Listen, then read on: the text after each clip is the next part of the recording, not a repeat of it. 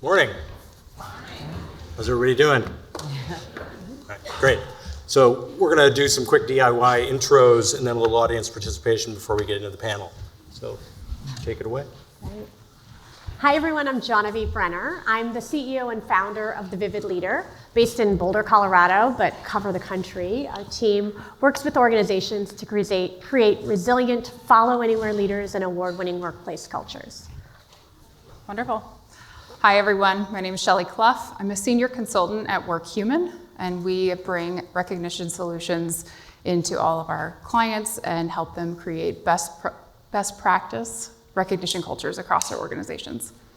Fantastic. Hi everyone, welcome to Chicago. Great weather today. My name's John Hine. I am part of a company called Echo Brands. We make the things that you work with, play with, and learn with. I'm the global VP of talent and org effectiveness. We're based out of Lake Zurich, but I'm based out of Detroit. Welcome everyone, thanks for your time here today. My name is Nikki Slowinski. I'm the Executive Vice President of Talent Experience and Development at Publicis Group for our Publicis Digital Experience section. Prior to that, I was almost 20 years in healthcare with Advocate Health. Thank you. Bala Swaminathan. I work for PPG, a 142-year-old company that specializes in paints, coatings, sealants, etc.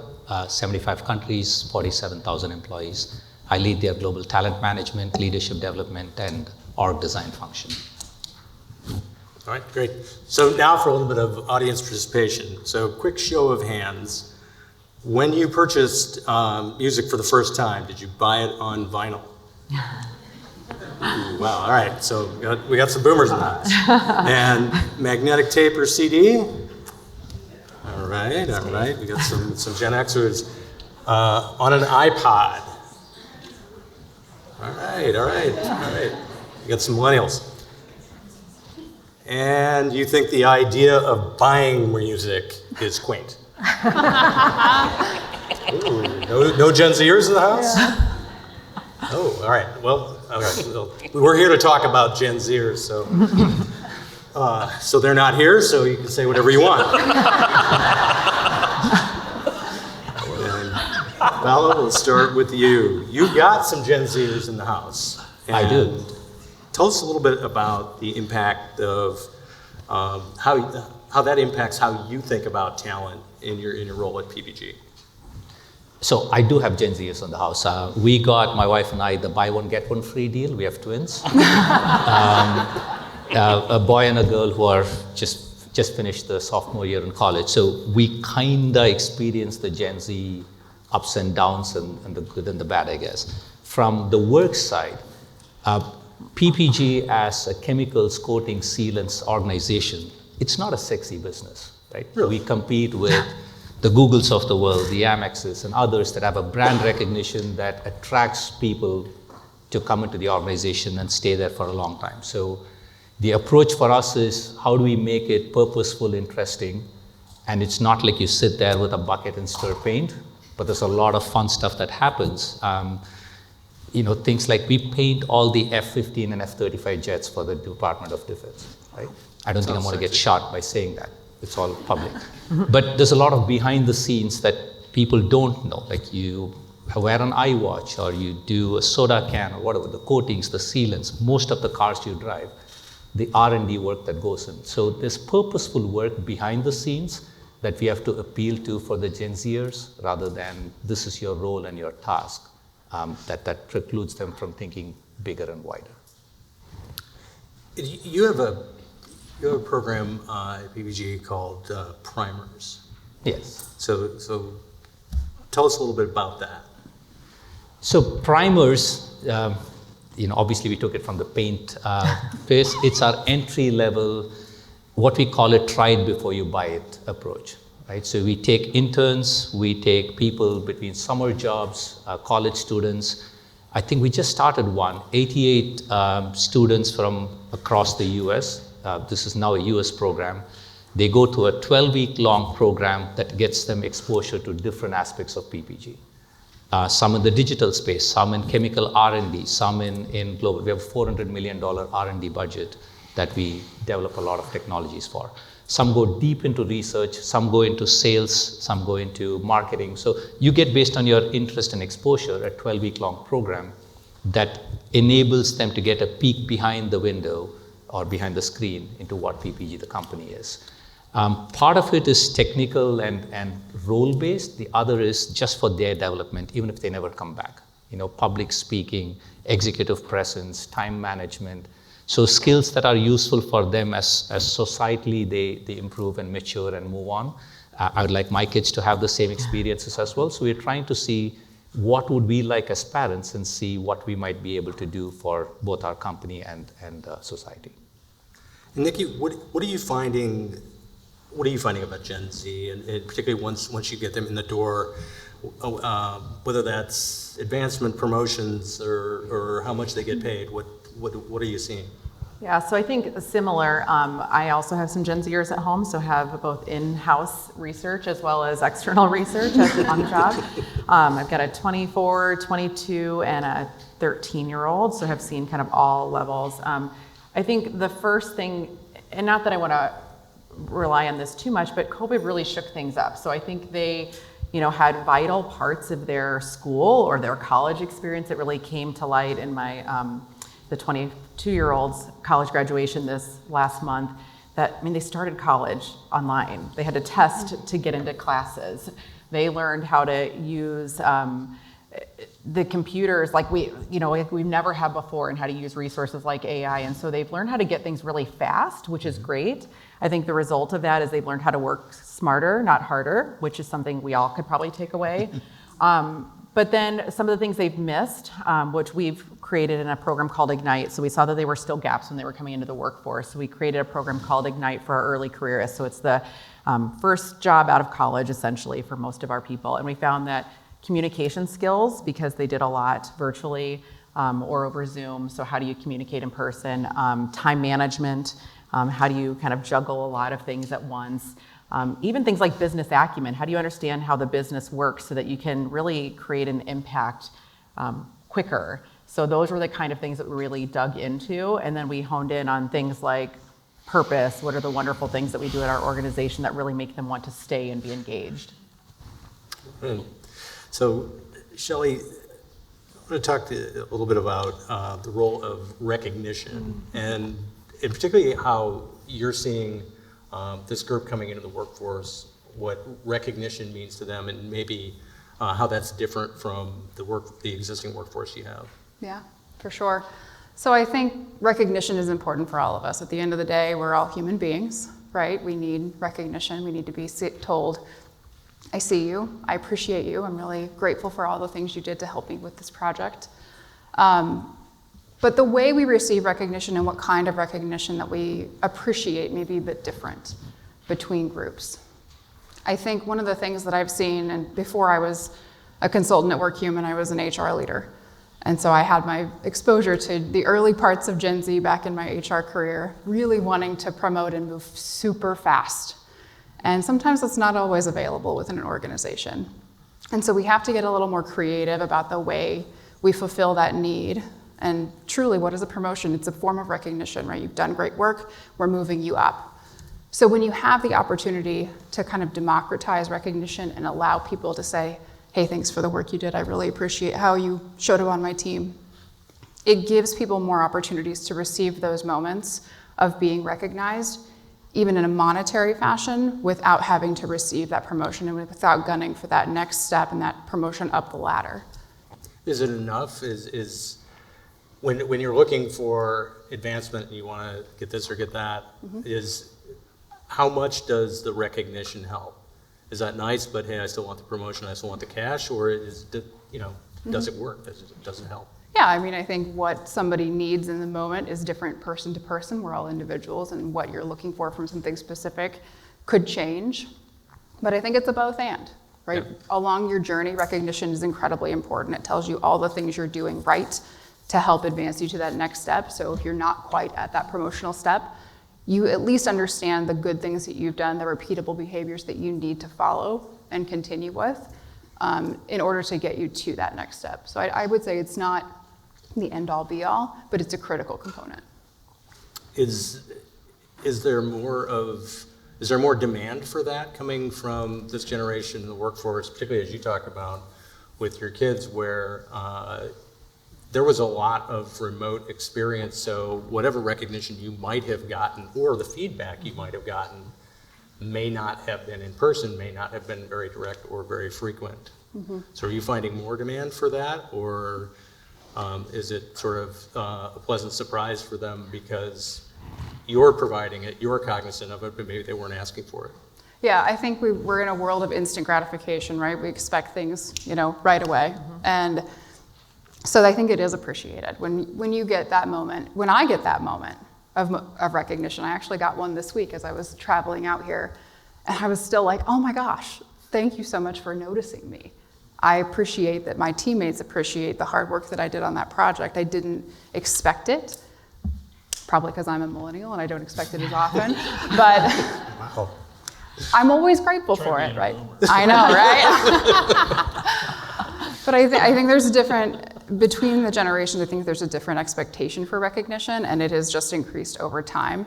And that said, I think there's some things we can learn from Gen Z about what good looks like, right? Just because you've not expected it doesn't mean you don't appreciate it, and it doesn't mean you don't need it.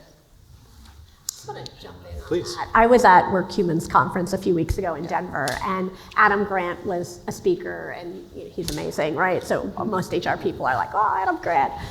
One of the things he talked about is Gen Z being rewarded for effort. And what he said is like, and he's a professor too, right? So he's like teaching these college kids, and they're like, well, I worked so hard on this paper and I still got a C. And he's like, you will get rewarded for effort as well as outcomes. And we need to talk about both. And that's the language, especially as employers, that we need to think about. It's not just the effort, it's also the outcome that they're achieving, and giving recognition for both and talking about that can help bridge that divide and bridge that gap. Did Adam give you any idea as to how that message is being received by Gen Z? I think they understand, right, especially in a for-profit organization, but even in a nonprofit organization, you have people you serve, you have revenue you're trying to generate. Otherwise, we don't have a business. We don't have an entity that can do the work we're here to do at scale. And so people are understanding that when you dive into the why behind it, right? And so Gen Z, it's landing, but it takes a little extra communication. I think if I could jump in, that's one of the reasons we actually talk about business acumen in our early careers program, because sometimes without understanding the background of the business and how we make money and what goes into decisions, it's kind of both and, right? They need the recognition, but they also need to understand that promotions don't just come because we work hard, or you don't go to the next level because you've been in a role for X amount of time, that there's multiple factors that go into that. Yep. So from our side, it was you acknowledge the effort and you reward based on the impact. They are not necessarily binary, but they don't necessarily have a direct causation or a correlation. The second one on the recognition is, it's not that every recognition is an upward one-way direction of promotion. Recognition could be a title, it could be a job, it could be an experience, it could be money. And so understanding what the Gen Zer wants is as critical to what we can offer. So are you finding yourself having to do some work in both setting expectations and the ground rules that maybe you didn't have to do with previous groups coming into the workforce, in part because, again, there's that disconnect of not having had that? From my side, I don't know if it's heretic or anything to say this, but I think we've put a little bit too much emphasis on Gen Zers being this completely different being that somehow the rest of us didn't experience. I think it's kind of transferring across generations. Theirs just manifest themselves, some of their interests and wish lists manifest in different ways, but recognition, reward, career options, succession options, like they all transcend across generations. Gen Z just looks at it from a slightly different flavor. And so it's not completely different, but we just need to acknowledge it. I would add to that, we're seeing the same thing. So I think in general, we're seeing a lot of employees looking for quicker promotions, advancements, et cetera.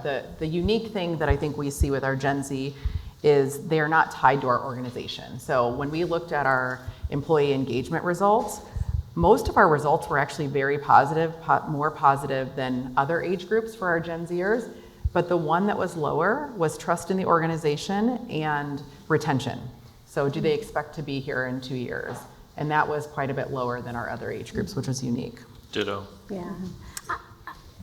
Please Sorry, do. I think there's a bit of a difference. We might have a boxing match backstage later, but I think there's a bit of a difference because things, people are job hopping more, and the preparation people have to get to the workforce is very different than what we had in the past. And as employers, we have to close the gap. And I say we, I'm a consultant, but I work with employers who do this. We have to close the gap on the skills they need. So, Nikki, I love your, I forget the name of it, but the program, those basic skills of like business acumen and communication.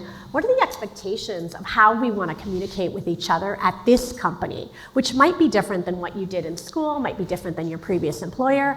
And as people jump around, they're just bringing the bag they brought from their other company. We have to give them the tools that work in this company, right? And the faster we do that, the more equipped they're going to be and the ready to rise, And so it just makes sense to do that instead of expecting them to figure it out the hard way or, make some really difficult mistakes early in their career that set them back because they make the wrong impression. That sounds like it costs both time and money.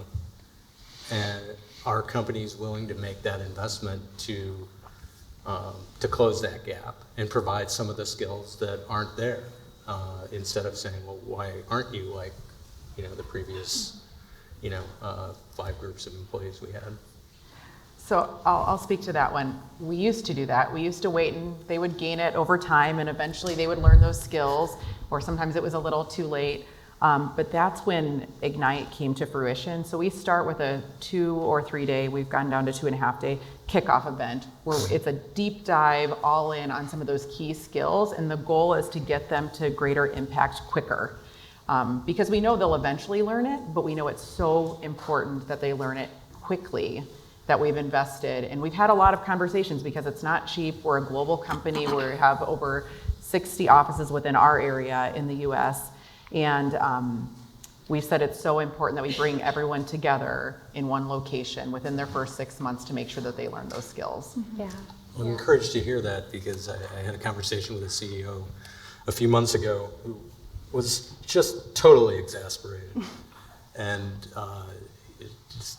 she said, she just was unable to process the idea that she was having workers come to her who had never been in a workplace before. Mm-hmm. And they, everything's been remote, and she just couldn't comprehend. She's like, and her solution was, I'm just never hiring anybody under 40. Mm. And I'm like, yeah, I don't really think that works. Yeah. So I'm glad to hear that at least you're sort of tackling it and saying, yeah, there's a problem and it's different, and we're going to have to adapt to that rather than expecting maybe they'll somehow magically adapt to you and get those skills and they'll do it on somebody else's nickel. So well, and it doesn't have to be so expensive, right? Like, internal mentoring programs, you can leverage your own talent in your company to give them these skills, and so I love that you're flying people together. We used to do that at a 500-person company I was at, flew everyone together for company orientation. And then we asked them at the end of the 3 days, what's the best advice that you've received already? And share it with your peer group, right? So all these new hires are teaching each other some new advice that they got that was really valuable. And they, that peer-to-peer learning is free. That is free, right? You just have to create a forum, whether it's an asynchronous online forum or maybe a group class. There's a lot of different ways to do that. And as I think about your question, are organizations willing to do this? Are they willing to invest in this? Probably, maybe, but it's one of those things where it's like, what got you here won't get you there. And you have to decide, are you moving forward or are you going to stay in the past saying, well, this is the way we've always done it? And how many times has that statement ever advanced the ball? Never. And I think you used the right word, right? You said invest, which means we're expecting a return that we can sort of plan for. Yep. If you view this as a cost, it's easy to cut. If you do this as an investment, then you're already predicting some level of return on it. So this is sort of psychological and a which difference. Yeah. So for our programs, our CEO kicks it off, even at the internship, because there's a level of commitment that at the CEO and the chairman level, he says, look, you might never end up taking a career here, but we think it's important for you to understand how important you are to us. So there's that. And the final point is, many of the time we view it as a cost. So I've had leaders come to me and says, I don't want to spend all this money and train them, not just as interns, but even full-time employees, because if the more I train them, the more I spend money on them, they get all the skills and they leave. Right? My flip side to it is, that's not the only reason. What is the corollary reason, right? Like, what's the flip side of that argument? What if you don't train them and they stay? That's a worse problem to have. You've managed retaining or the retention of brilliantly unqualified people for a longer time. So it really depends on the story we want to tell ourselves and the plans we put in place. John, you bring up a really interesting point, though. There is limited dollars. Right. Right? And in our business, those dollars are very sweet. We spend them very wisely. And while I would love to have the ability to do an Ignite program or a primer program, we take a little bit different view. Our view is we're more competency-based, if you will. So if there's a need, I don't care what generation you are, this is available to you. So we're not putting, kids at the kids' table. We're including everybody. So our approach might be a little bit different, and it's not to say that it's right or better, it just is, and it works for us because of some of the things that have been talked about here, as well as the almighty dollar really does drive that. So just because I am an awkward engineer that happens to be a boomer doesn't mean that I don't need that skill that maybe someone coming into the business world for the first time also needs. So we mix those groups up and really create a nice opportunity for learning, but also for development of whatever that topic is, right? Whatever that competency is. And we found that to be pretty effective. And it lines up really well with our inclusive thinking model. And that's not to say that we don't invest money in ERG groups and things like that. We've actually won awards for our women's groups and things like that. But at the same time, we're just focused more on kind of bringing people together as opposed to keeping us in buckets, which we do enough of that in society. We don't need that in the workplace. Are you finding that you're having to continuously evolve or adapt the programs that you have just based on what you're seeing coming in the door, whether it's certain kinds of hard skills or other things? Yeah, there's a certain amount of reality that comes into play there. We're not seeing a lot of need to adapt or change that, quite honestly, because we're not hiring that many people. We're actually going through a flattening of the institution, which is opening up a lot of opportunity for people eventually. When guys like me go out, right, and women my age go out, there'll be opportunity.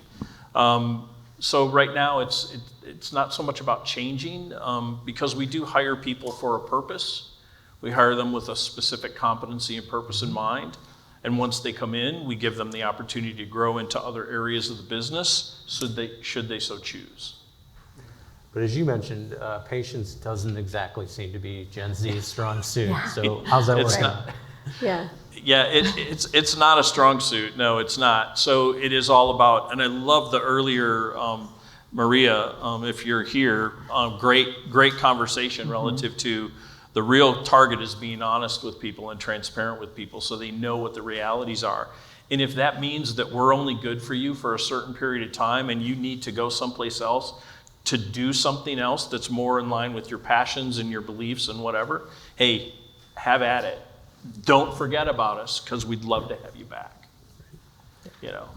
So, Genevieve, you tell me a little bit about something else that you've noticed around what Gen Z is looking for or saying they want in the workplace as it relates to not just the pay, not just the promotions, but also the mission. Yeah, this is probably the part of our workforce that cares the most about having purpose at work. And so They care about environmental justice, they care about social justice, and they want the employer to have a point of view about that that aligns with their own point of view. You know, and what we're seeing, you know, I did some research with a company that had, you know, back in 2020, all of their people of color were walking out the door. And the CEO does one-on-one interviews and is like, oh yeah, we're seeing this kind of flight by people of color. And so we did some understanding of what their work experience was like along compared to those of the white employees' work experience. It was drastically different. And they didn't see their company, which was an emergency response company, take a stand during all of these emergencies that were happening, right? And they're like, I want my employer to take a stand. This is important to me, because if you don't care about this, I can't come and work here every day. So, you know, making that connection between your purpose and their purpose is really important. And it doesn't always have to be in what you do. You know, the paint business might not be my purpose, right? But, you know, having leaders, you know, I worked at Procter & Gamble for 17 years. I worked on toilet paper. So, you know, my parents were like, what? You know, so, you know, having purpose, but how do you unpack that for the workforce so it's easy for them to see those threads and connections? Because it could be getting involved with the recycling initiative in the office, or the commuting to work in a green way initiative, or maybe it's the ERGs, but how can they get connected to something they care about? Which, you know, Maria talked about, her word was inclusion, and for me it's about connection. Because we need to build authentic connection between humans in our workplaces. And if we don't, we're gonna lose the retention game. You know, like it's connection with someone at work, it's connection with my boss, it's connection with another leader at the company that is living a life that I wanna have, that will make me wanna stay there. So that's what I'm seeing and we're working on. So that landscape shifted a little bit in the last 9 months in terms of, you know, there's a pretty good backlash against you know, taking a stand. Certainly, DEI is under tremendous pressure. Do you think companies are willing to do that, take that stand that the employees are asking? How's that going to play out? Yeah, we're seeing a little bit of change. They're not doing it as publicly, but internally they're maintaining it. I was talking to a couple folks from larger companies, and they're like, we're still doing all of our DEI work. We're just not talking about it outside. Which makes it hard from a recruiting point of view, right? Because people are looking for people who look like them that are successful at their company. So you just have to be really intentional about it in the recruiting process, who they're interviewing with, who they see and connect with during their experience with your company, so they can see it's happening internally.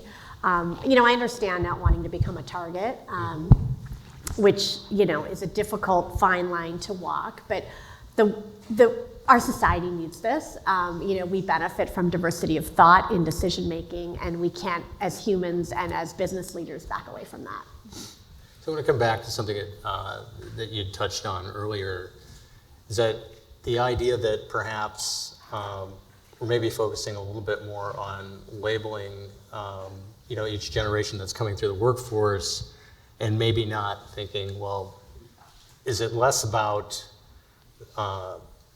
the particular generation that's coming through, and more about where they are in their career, what point they are in their lives. And that's really sort of the issue we're dealing with, the age-old challenge of, you've got newer workers, you've got older workers, and how do you manage, you know, in a very different workforce at whatever stage they happen to be? I mean, I think it's a little bit of both. I mean, Yeah. I think there are generally some characteristics that you'll see in generations. And then I think the world in which we live in has also shifted how we all look at things. So I think of, you know, my Gen Z children, they also are the recipients of me going through COVID, where I took the aspect of, you know, I've got to get into work by 7 a.m. and I've got to stay until this late and I can't wait for the next You got to thing. wait till 7? But that's when shift changes in healthcare. I really, you know, a lot of us reevaluated what was most important to us and how do we fit all the things in. So they are the children of a lot of us who have done that. So I think there's a piece of that too that plays out. And they're seeing the downside of it. I mean, you know, organizations aren't loyal. the way they used to be. I've been in 9 companies. I'm 62 years old. I've worked for 9 different companies in my day. And it wasn't because I was rifted out or because I was performanced out.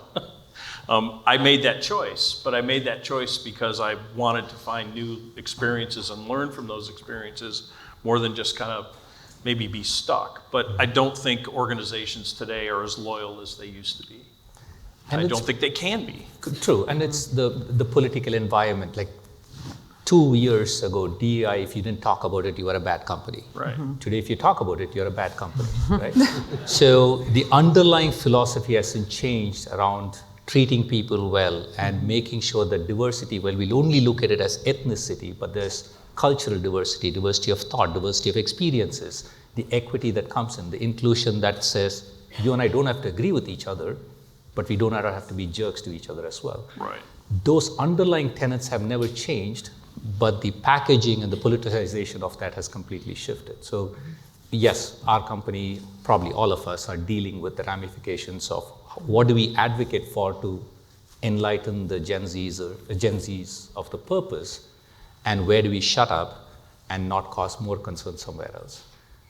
So yeah, it's a balancing game. Administrations will change, policies will change, and we don't want to go down a path of permanence that comes back to bite us later.